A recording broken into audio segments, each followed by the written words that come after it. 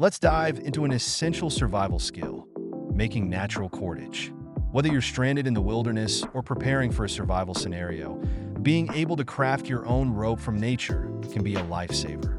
In this video, I'll guide you through the process of making strong, versatile cordage from natural materials. And trust me, it's easier than you think. The first thing you need to do is find the right materials. Look for fibrous plants like milkweed, dogbane, or the inner bark of trees like cedar. These fibers are tough, flexible, and perfect for making cordage. If you're in a pinch, grasses, vines, or even cattails can work as well. Keep an eye out for long, sturdy fibers, and remember, survival is about using what's available. Take your time here. Nature's got plenty of options. When stripping bark from trees or gathering plant fibers, make sure the strands are as long as possible to create stronger, more durable cordage.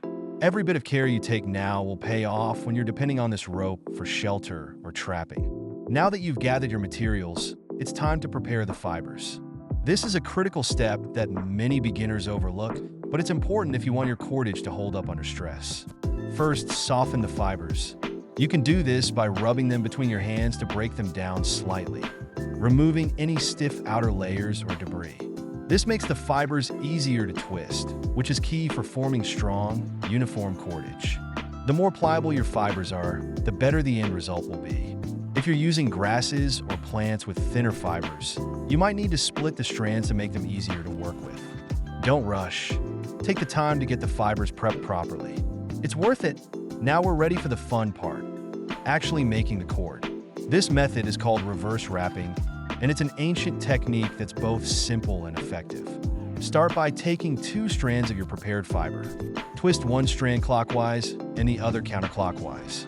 By twisting in opposite directions, you're creating tension between the fibers, which causes them to bind together naturally. As you twist, the fibers will start forming a rope.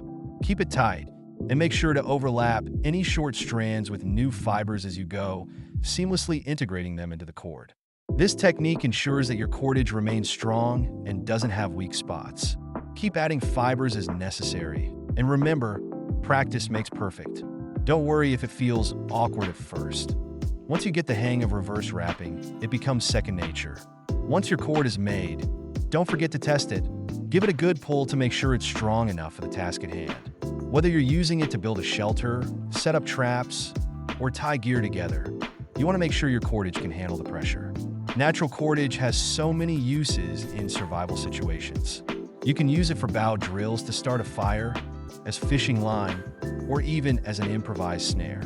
The more you practice making it, the more versatile you'll become. To recap, learning how to make cordage from natural materials is a crucial survival skill. It starts with finding the right fibrous plants, preparing them by softening the fibers, and mastering the reverse wrapping technique to create a strong rope. With these skills, you can craft reliable, durable cordage that can be used for countless survival tasks. Now it's your turn. Next time you're out in the wild, give natural cordage a try. Gather some fibers, practice reverse wrapping, and make sure to test your creation. The more you practice now, the more prepared you'll be if you ever find yourself in a survival situation. Survival is all about being resourceful and ready.